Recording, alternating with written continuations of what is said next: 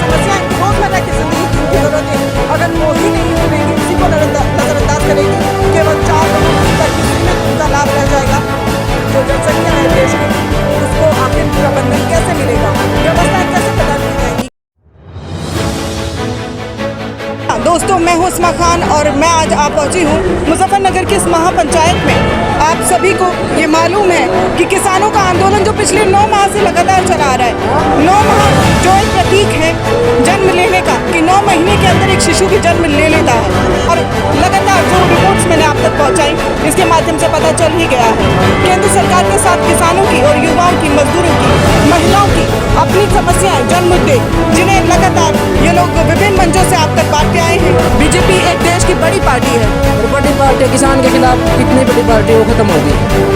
जो किसान के खिलाफ खड़ी होगी पार्टी वो खत्म होगी, चाहे बीजेपी हो चाहे कांग्रेस से कोई पार्टी हो। यहाँ पर आज सामाजिक कार्यकर्ता, लोक कलाकार और विभिन्न प्रकार के क्षेत्रों से संबंध रखने वाले लोग यहाँ मौजूद हैं, जो मंच पर भी बैठे हैं और जनता के बीच में भी बैठे हैं। यहाँ पर जो लोग आए हैं वो अपने मुद्दों का हल चाहते हैं। भारतीय जनता पार्टी को साफ तौर पर यहाँ नकारा जा रहा है और ये सभी लोग ये चाहते हैं कि ये राजनीति आज ख़त्म हो और इनकी समस्याओं का निदान सरकार ढूंढे।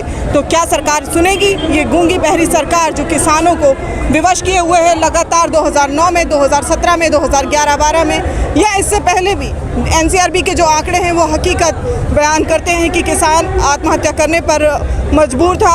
आज केंद्र सरकार के या सरकार के न्यायालय के हस्तक्षेप के बावजूद भी इनका हक नहीं दे रहे हैं पूंजीपति मिल मालिक।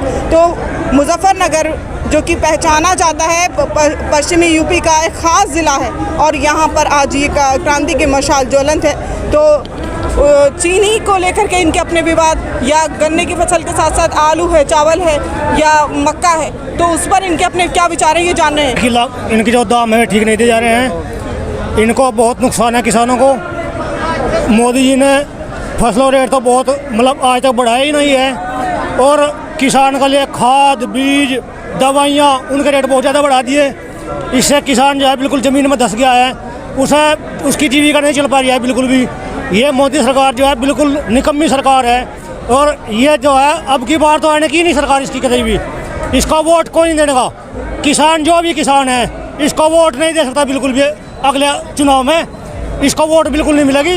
यहाँ पे तो मतलब सरकार जो है जयंत चौधरी और यह सपा की, इनकी सरकार बनेगी अब की बार।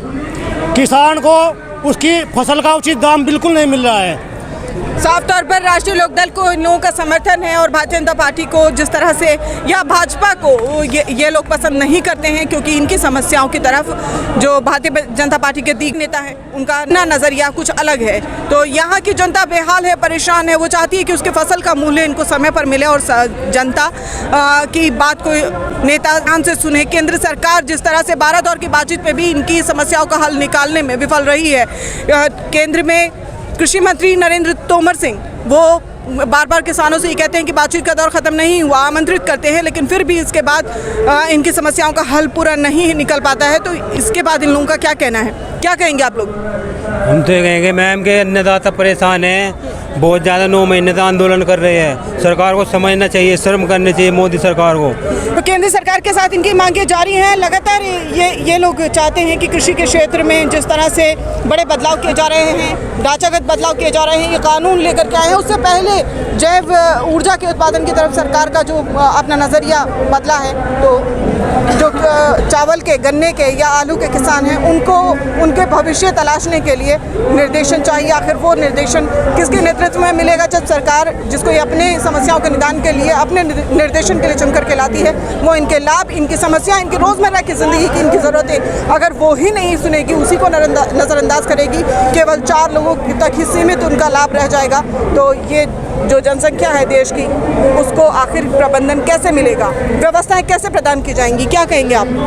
मैडम, इस जनता ने तो सिर्फ एक काम कर, इस बीजेपी सरकार ने तो हिंदू मुस्लिम को तोड़ने का विवाद बनाया, इससे इसकी सरकार बन जाती है। गन्ने की फसल, गन्ने के अभी कुछ पेमेंट नहीं आया है, ठीक है मैडम, गन्ना डाल देते हैं, 1 साल बाद हमारा पेमेंट आता है। सब चीज़ महंगी हो गई है, जनता परेशान है, भूखमरी इस देश में आ जाएगी अगर ये सरकार रहेगी। ये क्या युवा यहाँ पर बड़ी संख्या में मौजूद हैं फिलहाल, लेकिन युवाओं से भी बातचीत करेंगे, लेकिन उससे पहले चाचा यहाँ हैं, इनका क्या कहना है ये सुनते हैं। क्या आप क्या करते हैं, किसान हैं या मजदूर हैं? किसान है।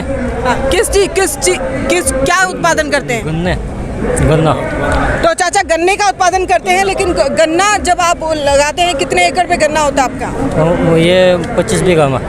तो आपको फसल का जो मूल्य है पूरा मिल जाता है, समय पर मिल जाता है, या आपके भी विवाद हैं? समय पर तो मिलता ही नहीं है, समय पर भी नहीं मिलता। ये इसने गवर्नमेंट ने। आप क्यों देते हैं मिल मालिक को गन्ना, क्यों बेचते हैं? हम कहाँ ले जाएंगे, कहीं भी ले जाएंगे। चीनी बनाने के लिए देते हैं, तेल बनाने के लिए देते हैं, क्या वजह है? चीनी बनाने के लिए देते हैं। चीनी बनता है, गुड़ बनता है इससे मैडम।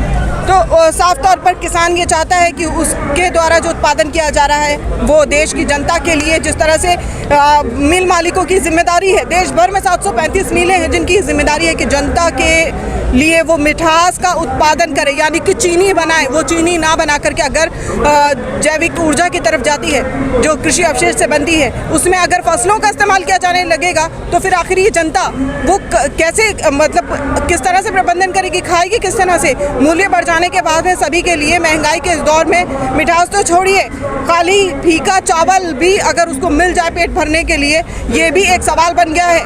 आज के दौर में जब कोरोना की भयावह स्थिति से हम लोग जूझ रहे हैं, उस समय में सरकार पीडीएस के माध्यम से जन जन तक राशन बांट रही है, जहाँ राशन बांटने का यहाँ काम कर रही है। तो फिर आगे इसके बाद नवंबर के बाद क्या होगा उन 80 करोड़ परिवारों का, उन लोगों का जिनको सरकार राशन खिला रही है, उनको पाल रही है? तो क्या और कहना है आप सभी लोगों को? सबके अंदर जो भेदभाव पैदा कर रखा, इससे हमारे देश को बहुत बड़ा नुकसान है। और जब तक ये ख़त्म नहीं होगा हमारे देश का कोई विकास नहीं होगा, ना भाईचारा नहीं बनने सब में, तो ना प्यार बनेगा, ना कोई विकास होगा। और सबके दिलों में ऐसी नफरत फैल गई, हिंदू हो चाहे मुसलमान हो, किसी भी धर्म का आदमी हो, कि इस सरकार ने सबसे पहले यही काम करा कि लोगों को भिड़ाने का। अपना नाम बताइए आप। मेरा नाम है हाजी मोहम्मद हारून। कहाँ के रहने वाले आप? ये जिला शामली, गाँव उस्मानपुर पड़ता है। तो ये बताइए कि आपके समुदाय की क्या समस्याएं हैं कृषि से जुड़ी हुई?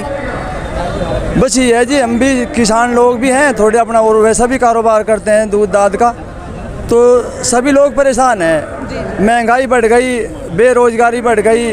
सरकार की तरफ से जो सुविधा पब्लिक के लिए मिलनी थी, इस जो है कोरोना के मामले में पब्लिक को जो है, राजा जो होता है वो पब्लिक को देखने के लिए होता है, जिम्मेदारी होती है, जैसे घर की जिम्मेदारी हो, प्रधान की जिम्मेदारी हो, सबको एक हिम्मत से मतलब मजबूती से लेकर चलना।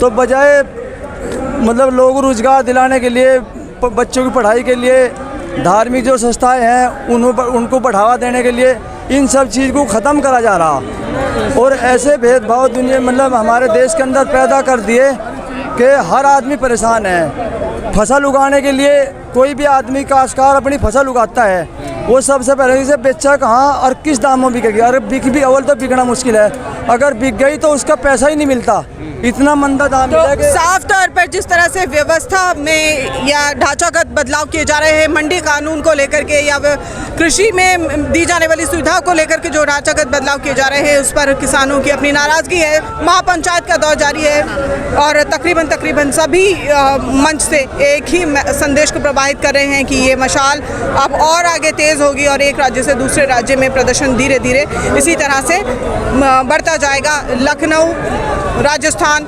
हरियाणा, उत्तर प्रदेश, कर्नाटका, केरला और बाकी अन्य राज्य जहां पंजाब से जुड़ी जिस तरह की खबरें आती हैं, करनाल में हाल ही दिनों में जो स्थिति हुई है वो आप सभी ने देखी है। फिलहाल यहाँ से रुक करूँगी मैं आगे की तरफ, जहाँ तलाशेंगे हम एक और नई स्टोरी। दीजिए इजाज़त, धन्यवाद।